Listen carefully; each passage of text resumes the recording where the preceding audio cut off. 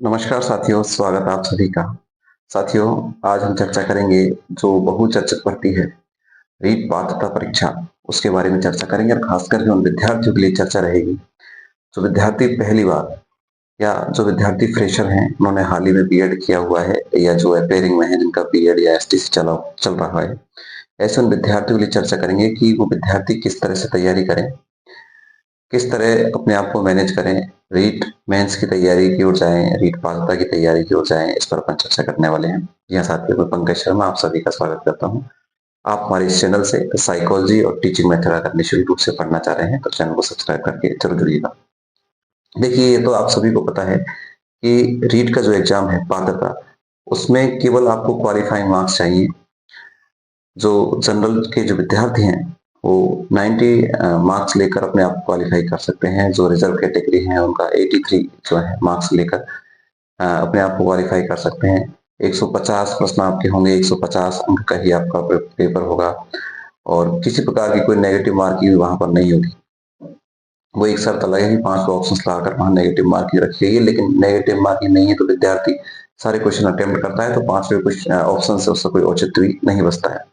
बात करें हम कैसे तैयारी करें, तो इतना सा आपको पता है कि हमें यह एग्जाम केवल क्वालिफाई करना है और फिर मुख्य फोकस रखना है आपको किस पर, रीट मेंस पर।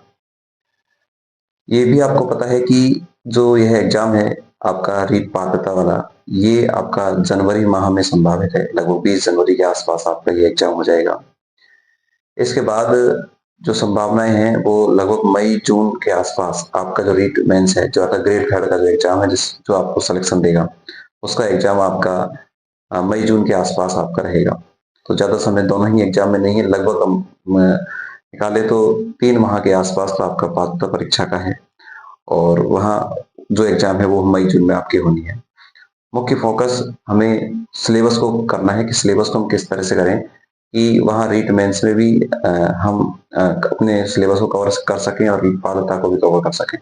देखिए साथियों, मैं आपको बता दूं कि ये जो दोनों एग्जाम है, चाहे पात्रता वाली है चाहे ग्रेड थर्ड वाली है जिसमें हमारा सिलेक्शन होना है, दोनों में लगभग 50% जो सिलेबस है वो दोनों में कॉमन है। तो जो कॉमन पार्ट है उसको हम इतने अच्छे से पढ़ लें कि रीट पात्रता तो काम में वो आएगी ही, लेकिन साथ ही साथ में पात्रता होने के बाद में वही सिलेबस, जो 50% सिलेबस की बात कर रहा हूँ, वह सिलेबस आपके मेंस एग्जाम में भी काम में आने वाला है। मेंस एग्जाम में आपके नेगेटिव मार्किंग भी रहने वाली है, तो उस पोर्शन को तो हम इतना अच्छे से कर लें, बहुत ही अच्छे से कर लें।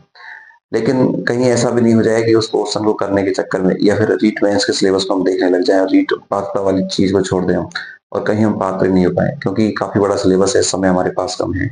लगभग 8-10 घंटे का हम समय देंगे तो पात्रता का सिलेबस कवर हो पाएगा। तो मैं बात कर रहा हूँ कि हमें मुख्य फोकस तो हमें पहले पात्रता पर रखना है। पात्रता में और जो मेंस एग्जाम है दोनों में 50% जो सिलेबस है वो कॉमन है। तो आपकी रीट मेंस की भी तैयारी हो रही है, यानी ग्रेड थर्ड की भी तैयारी हो रही है और आपकी पात्रता परीक्षा आसानी से आपकी निकल जाएगी। तो उसी अकॉर्डिंग हम तैयारी करें कि जो चीज रीट मेंस में भी है, ग्रेड थर्ड में भी है, रीट पात्रता में भी है, दोनों को एक कॉमन अपन एक बार सिलेबस को निकाल लें। सिलेबस को निकालकर अपने हाथ से उस सिलेबस को एग्जाई करें कि कौन सा पार्ट रीट मेंस में भी है और पात्रता परीक्षा में भी, दोनों को एग्जाई करें और उसी अकॉर्डिंग अपन तैयारी करें, ताकि हम रीट मेंस में भी हमारा कॉन्फिडेंस रह सके और ये पात्रता परीक्षा है ये तो हमारी आसानी से निकल जाएगी। दूसरा एक ये है कि सर हम तैयारी कैसे करें।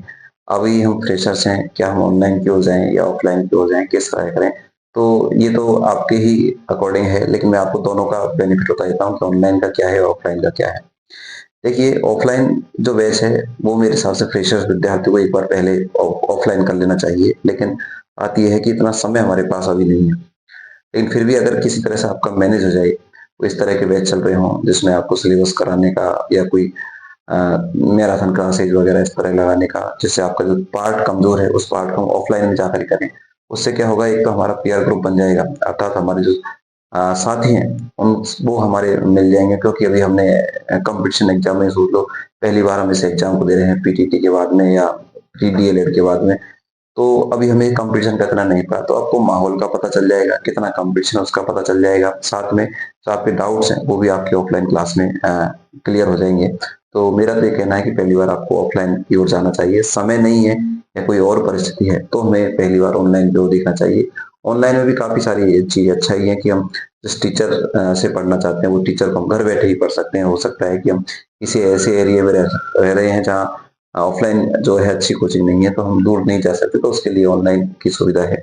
ऑनलाइन भी आप ले सकते हैं, जहाँ आपका मन करे, जैसी आपको अच्छी लगता है कि इस टीचर से पढ़ना है या इस संस्था से हमें लेना है, वो आप पढ़िए। लेकिन पहली बार मेरा मानना ये है कि ऑफलाइन की ओर जाएंगे तो आपके लिए ज़्यादा बेनिफिट रहेगा। तो सबसे पहले सिलेबस दोनों में ही 150 क्वेश्चन आने, 150 150। किसी तरह की पात्रता परीक्षा में ना तो L1 में नेगेटिव मार्किंग है, ना L2 में नेगेटिव मार्किंग है।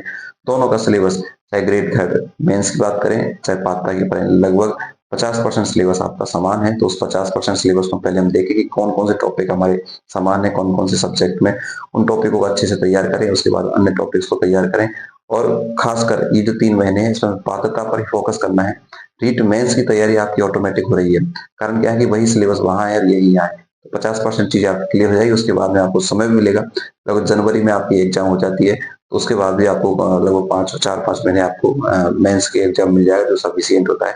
तो आप अच्छे से तैयारी करें, अच्छी से रणनीति बनाएं, टाइम टेबल सेट करें, डेली से 8 से 10 घंटे अपनी तैयारी को दें। जो विद्यार्थी इधर उधर जॉब कर रहे हैं वो भी अपने आप को मैनेज करें, क्योंकि उन्होंने कहीं ना कहीं पहले से दिया हुआ है। जो विद्यार्थी पहले से रीट दे चुके हैं, जो पात्र हैं, उनको भी यह एग्जाम देनी है और उन्होंने सारा कुछ पढ़ रखा है, तो उनको ज्यादा कुछ नहीं करना, रिवाइज करना है और मेन फोकस उनको रखना है मेंस एग्जाम की ओर। तो आप सभी रीट पात्रता की जो विद्यार्थी कर रहे हैं तैयारी, पहली बार भी दे रहे हैं, पात्रता पर फोकस करें। और जो विद्यार्थी ओल्ड है, जिन्होंने पहले पात्रता कर ली है, वो पात्रता का सिलेबस रिवाइज करें, साथ ही साथ में विशेष बल दें बताओ किस पर, रीट मेंस के एग्जाम पर, जो आपको सिलेक्शन की ओर ले जाएगा। ये छोटी सी जानकारी मैंने आपके साथ साझा की। मैंने आपको बता दूं कि एजुकेशन साइकोलॉजी और टीचिंग मेथड का, जिसका बहुत बड़ा रोल होता है इस शिक्षक भर्ती में, उसको आप निःशुल्क रूप से पढ़ने के लिए हमारे चैनल से जुड़ भी सकते हैं। Thank you.